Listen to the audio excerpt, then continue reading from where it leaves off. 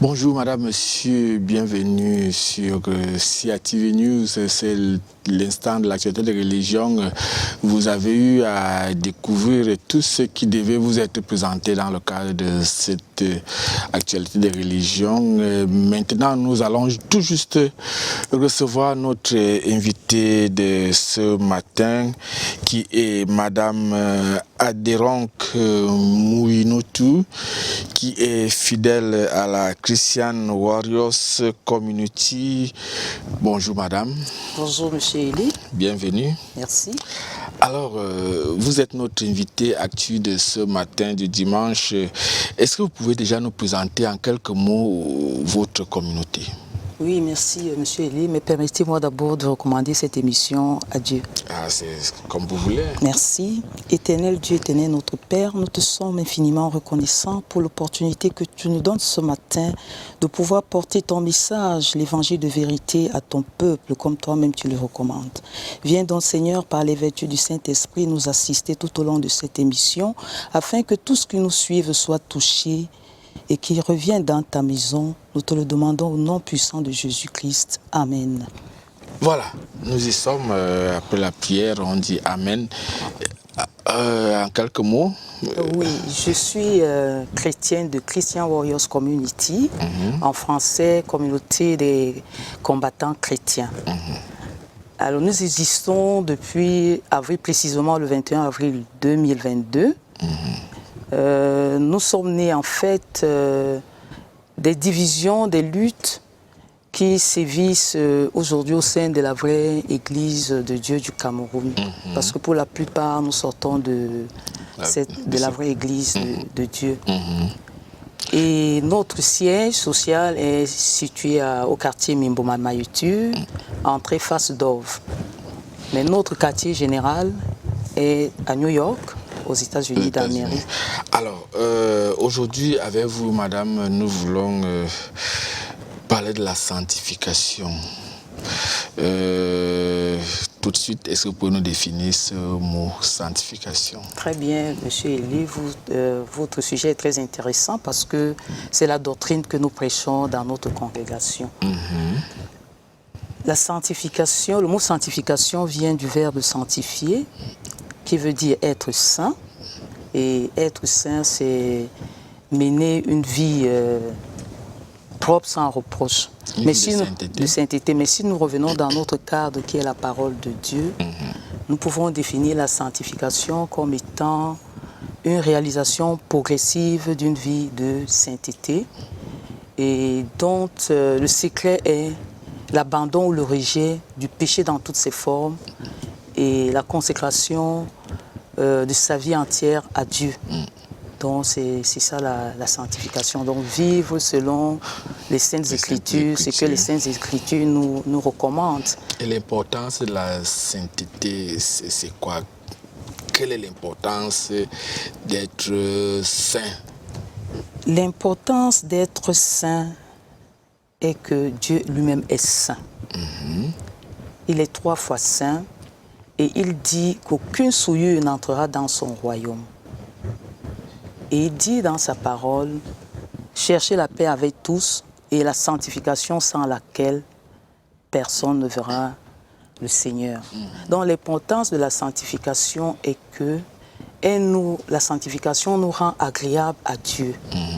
Elle nous rend agréable à Dieu parce qu'on est sanctifié lorsqu'on a confessé ses péchés. On a pris la résolution de les abandonner et de marcher en nouveauté de vie. C'est ce qu'on appelle en d'autres termes naître de nouveau. Alors justement, c'est ce que je voulais vous demander. Comment on accède donc à la sanctification? Oui, la sanctification est un processus qui a 2 moments très forts. Le premier moment aboutit à la confession des péchés. Comment on arrive à la confession des péchés? C'est-à-dire, on prend conscience que les actes que nous avons posés n'étaient pas des actes qui honoraient le Seigneur. Donc on les regrette, on s'en repent et on les confesse. Je voudrais dire ici qu'il s'agit de la confession publique. C'est dans le livre, puisqu'on dit qu'au temps de Jésus, ceux qui allaient se baptiser auprès des eaux, se confessaient publiquement. Et une fois qu'on a confessé les péchés, on prend la résolution de les abandonner. D'où intervient le deuxième moment fort, la conversion, qui constitue à marcher maintenant en nouveauté de vie, c'est-à-dire en respectant ce qui est prescrit dans la Bible. Madame, bon, je voudrais d'abord m'arrêter un peu un instant sur la confession publique. Est-ce que ne pas confesser ses péchés avec Dieu, puisque la relation de l'homme à Dieu est directe, est-ce que quel est le rôle de ce public-là dans la confession publique? Le public devant lequel on confesse ses péchés, c'est un public saint qui a déjà confessé ses péchés aussi. Parce que comme dans notre communauté, Christian Warriors Community, nous tous, nous avons confessé nos péchés, nous les confessons entre nous. L'avantage c'est quoi? L'avantage c'est que quand on a confessé ses péchés devant un parterre des frères et des sœurs, on a comme un frein, comme quelque chose qui nous empêche de retomber dans le péché parce qu'on sait que nous les avons déjà confessés. Les autres savent que nous avons pris la résolution d'abandonner le péché. Maintenant, si on veut retomber, il y a ça, le regard des frères et sœurs qui nous ont écoutés confesser, qui va nous retenir. C'est l'un des premiers avantages. L'autre avantage, c'est que nous aurons cloué le diable, notre ennemi, publiquement. Nous l'aurons cloué publiquement et il n'aura plus de droit sur nous parce que nous l'aurons rejeté devant tout le monde. C'est ça l'avantage de la confession publique. Madame Adironk, il y a... Tout ce que vous dites là est tellement beau, mais nous sommes sur terre. Et alors, sachant que nous sommes sur terre, est-ce vraiment facile d'accéder à la sainteté telle que vous la présentez? Oui, cette question que vous me posez, au temps des apôtres Paul et Pierre, les chrétiens qui étaient là et qui avaient suivi les exhortations des apôtres avaient posé la même question à Pierre: que devrons-nous faire? Et Pierre leur a recommandé effectivement de se repentir et de marcher en sainteté de vie. Ce que je voudrais dire, c'est que par nous-mêmes, nous ne pouvons pas arriver. Nous ne pouvons pas arriver parce que bien que l'esprit soit bien disposé, la chair est faible. Alors pour y parvenir, nous devons faire recours à Dieu. Il dit dans sa parole que s'il nous voit vrai et sincère à le chercher, il se laisse découvrir. Donc tout est question de volonté. Si nous avons la volonté de vraiment abandonner nos péchés, Dieu viendra nous aider à les abandonner. Alors pour y rester, pour ne pas tomber, c'est pour cela qu'il nous demande de veiller et de prier sans cesse afin de ne pas tomber dans la tentation. Donc nous ne pouvons pas y arriver par nous-mêmes, mais Dieu ne peut pas nous sauver par nous. Il faut que nous exprimions le besoin, le désir, la volonté de suivre réellement Dieu. Et lui-même fera le reste du travail. Et nous avons, des efforts à faire. Les efforts à faire, c'est de lire la Bible, comme lui-même il recommande, que ce livre de prière ne s'éloigne pas de ta bouche, mais dis-le jour et nuit. Nous devons donc rester très scotchés à la parole de Dieu, ne pas seulement la lire, ne pas seulement l'écouter, mais la mettre en pratique. Et c'est comme ça que, de façon presque inexplicable, vous allez vous rendre compte vous-même que vous n'êtes plus la personne que vous étiez hier. Donc la transformation se fait progressivement selon la disposition de notre cœur à vouloir réellement changer, à vouloir être agréable à Dieu. Donc je peux vous dire que il n'est pas impossible qu'il y ait des saints sur la terre. Les saints, c'est quoi? Ce sont des hommes et des femmes qui autrefois commettaient des péchés et qui, après avoir entendu l'appel de Dieu, ont décidé d'abandonner le péché pour marcher selon les saintes Écritures.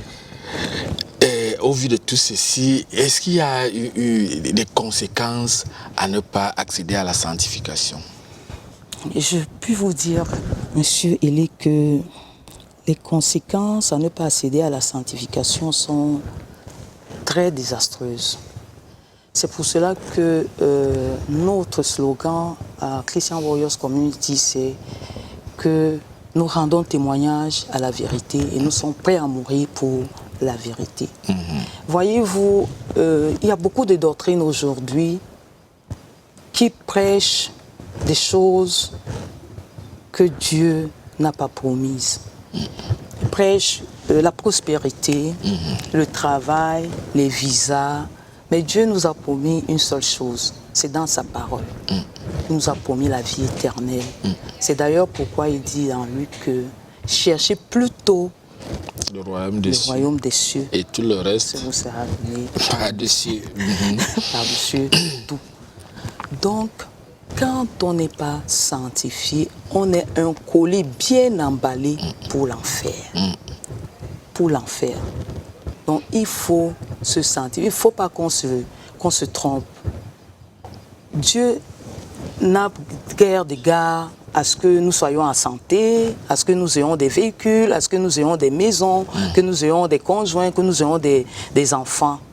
Cela importe très peu à Dieu. Ce qui importe à Dieu, c'est notre âme. Il veut que nous soyons sauvés. C'est pour cela qu'il a demandé à Lévitique qu'on aille prêcher la bonne nouvelle à tout son peuple.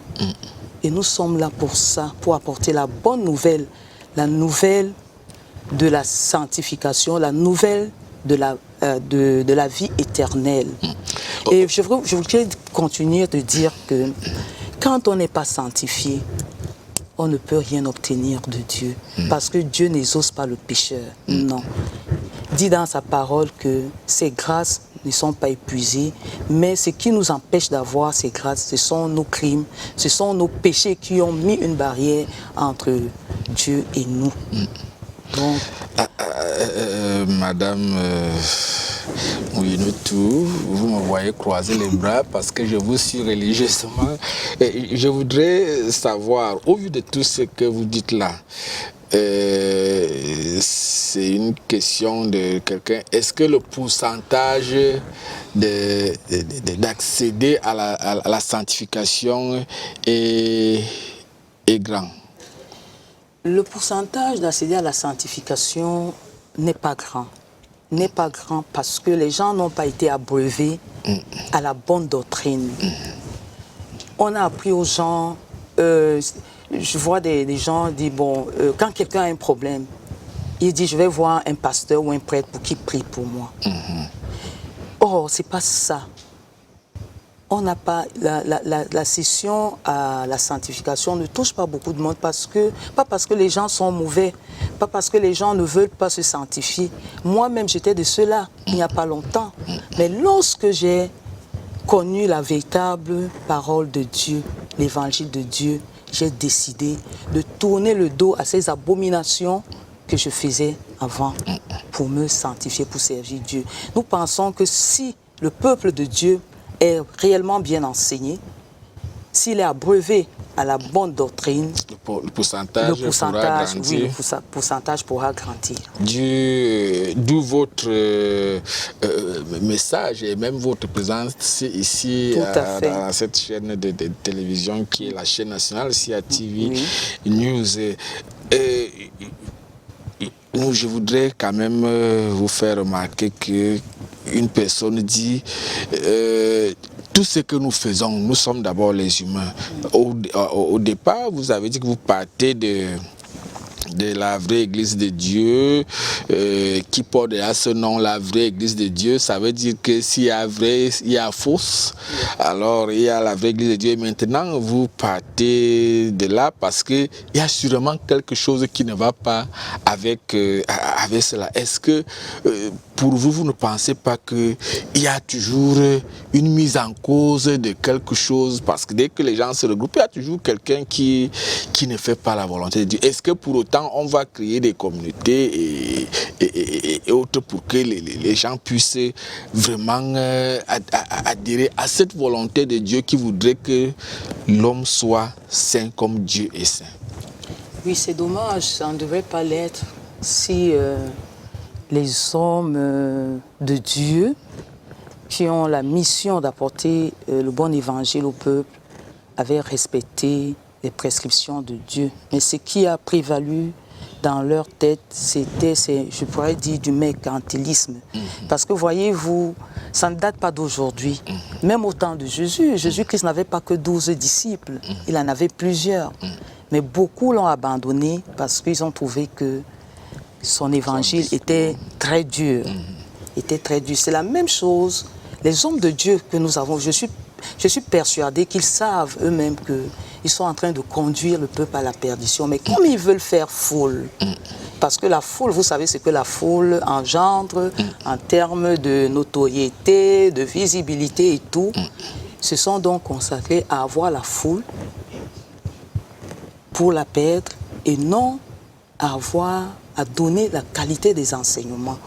Et je continue de dire que si moi et bien d'autres dans notre communauté, nous avons bravé le péché pour vivre dans la sanctification, ce n'est pas parce que nous sommes des héros, nous sommes des hommes comme tous les autres, mais nous avons eu l'avantage d'être nourris au bon évangile.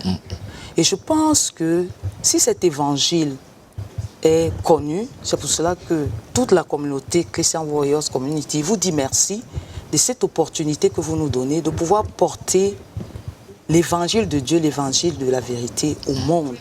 Parce que Dieu dit dans sa parole, allez partout dans les nations et faites des disciples. Nous pensons que si cet évangile, qui est l'évangile de la vérité, parce que tout ce que nous disons est dans la Bible, nous n'inventons rien. C'est bien clair. Dieu est 3 fois saint et il exige que nous soyons saints comme lui-même.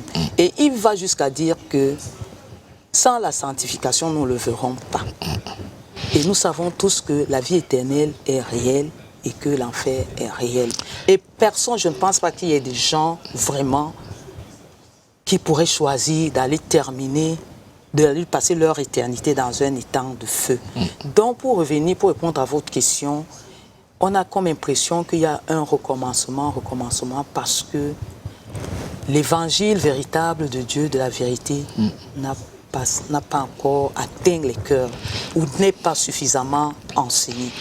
En un mot, à Christian Warriors Community, on ne pêche plus là-bas?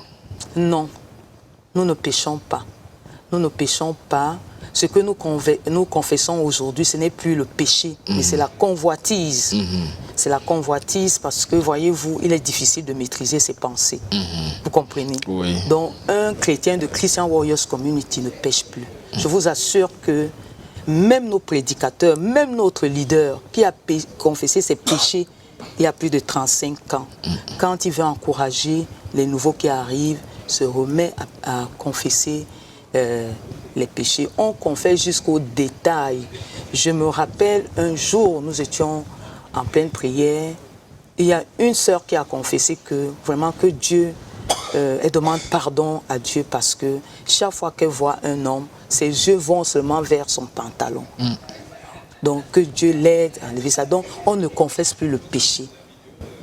On confesse la convoitise. Tout à fait. Oui. Madame, qu'est-ce que nous pouvons retenir de tout ce qu'on a dit aujourd'hui à l'endroit de ces téléspectateurs qui nous regardent? Ce que nous pouvons retenir, c'est que la vie éternelle est réelle. L'enfer l'est aussi. L'enfer l'est aussi. Et Dieu n'aime pas le péché, mais il ne déteste pas le pécheur. Il veut que le pécheur se repente, qu'il revienne à la maison. Comme il dit, il ne veut perdre aucune de ses brebis. Je voudrais donc que pour tous ceux qui nous suivent aujourd'hui, que Dieu les aide à comprendre que il faut abandonner le péché. Et il n'est pas difficile d'abandonner le péché parce que, voyez-vous, Monsieur Hélé, quand on pêche même, ça ne nous apporte que de l'amertume, même dans la vie courante. Je vais vous prendre un exemple.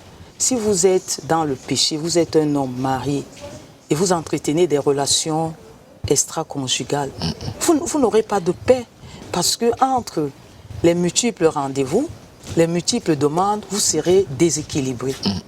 Or, quand vous n'êtes plus dans le péché, vous êtes marié, vous n'êtes qu'avec votre épouse, il y a certains problèmes que vous supprimez. Plus. Si vous êtes un mondain qui aimait aller soit dans les bars à boire, soit dans les cabarets, je vous assure que c'est votre santé que vous abîmez. Vous serez fatigué. Donc même sur le plan de la vie quotidienne, le fait d'être dans le péché est destructeur. Même si on a des joies, ce sont des contrefactions de joie. Parce que la vraie joie, la paix, c'est Dieu qui la donne. C'est Dieu qui la donne. Donc je voudrais que, par la vertu du Saint-Esprit, que tous ceux qui écoutent ce message prennent la bonne décision de suivre Dieu. Et ce n'est pas compliqué de suivre Dieu. Il faut tout simplement aller devant Dieu le Créateur parce qu'il n'attend que cela, lui dire qu'on veut changer. Confesser ses péchés, prendre la résolution de les abandonner et de marcher en nouveauté de vie. Et pour le faire, il faut rester scotché à Dieu parce que si le serment est coupé du cep, il cesse de vivre. Merci Madame Aderonk Mouinoutou qui est fidèle de la Christian Warriors Community. Merci d'avoir été avec nous.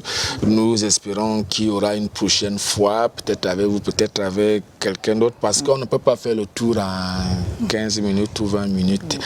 Madame, monsieur, c'était l'actualité des religions, de votre attention. Merci. Nous allons passer à tout